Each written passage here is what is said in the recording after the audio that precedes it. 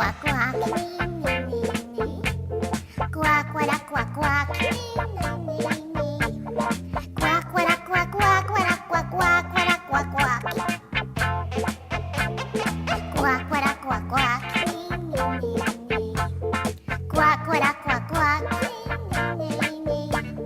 Quack, quack, quack, quack, quack, quack, quack, quack, quack.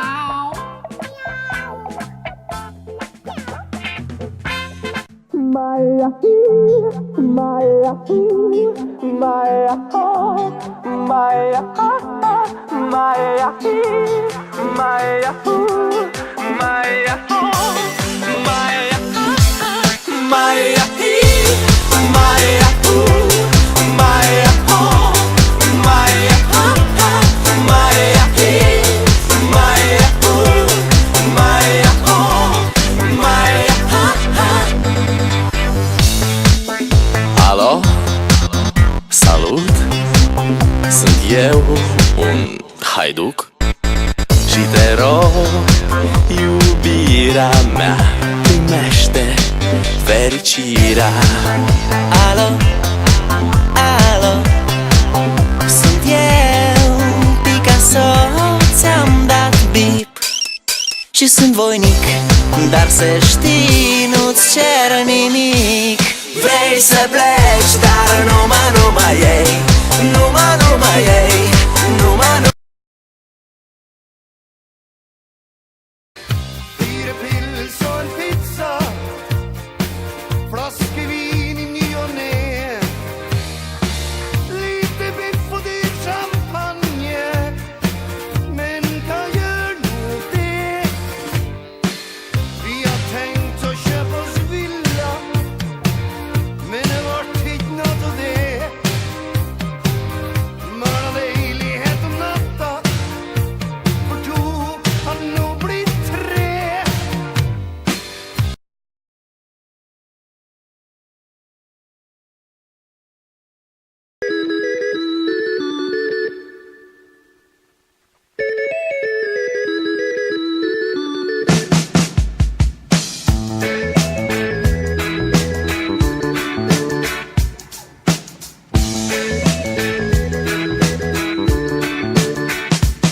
Det verkar så lätt att bara stöta på.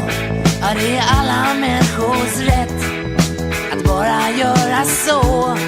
Men det är så svårt att säga till någon vad man egentligen tycker och tänker om någon. Det blir mest en massa prat om plugget och pop och bio såklart. Jag vill känna din kropp emot min, höra pulsen slå, din mun tätt emot min, hjärtat snabbar på. Jag ser på dig och du ser på mig och jag säger ja, ja, jag vill ha dig. Jag vill känna din kropp emot min. När vi två springer på disco och försöker hänga på, tar cykeln ner till city när bussen slutat gå. Och det är så svårt att säga till dig vad man egentligen tycker och tänker om dig. Det blir mest en massa ord som glider om myggbett som svider och gyllene tider. Känna din kropp emot min, höra puls. Och här är första vers. Når smurfer ställer till med fest, Så vet vi gott vad som är bäst. vi lager masse deilig mat.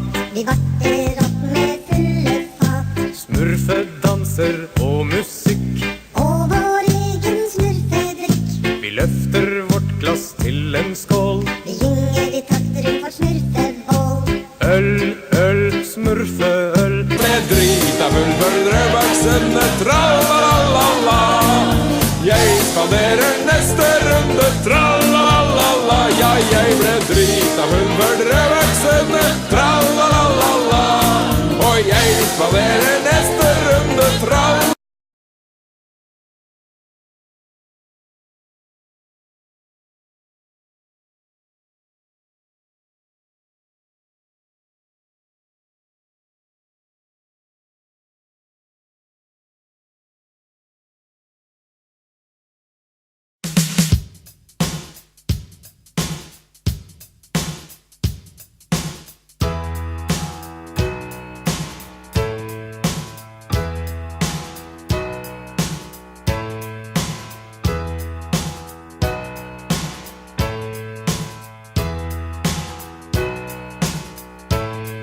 er en båt uten ankeren, og hun er fullt av tanker og et hjerte som banker for ting som hun tror på. Hun har ikke sko på, hva er det du glor på? Din start og dust, hun er ikke interessert i penger eller gull og grønne enger eller tull i myke senger med en pappagutt som deg, så du kommer ingen vei med å leke helt for henne. Det som får deg til å tenne er en gjennomført fri, slik som han som er på hver vår tid. Han kan snakke hele natta om at ingen blir betalt av, så elsker litt på matta som ville de.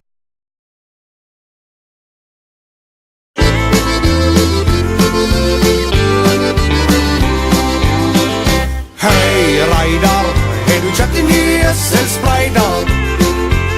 Ja, jeg kjøpte den bort bak, og i går jeg måtte ha meg en ny en, og det var vår. Hei Reidar, har du kjøpt en ny SL-spraydar?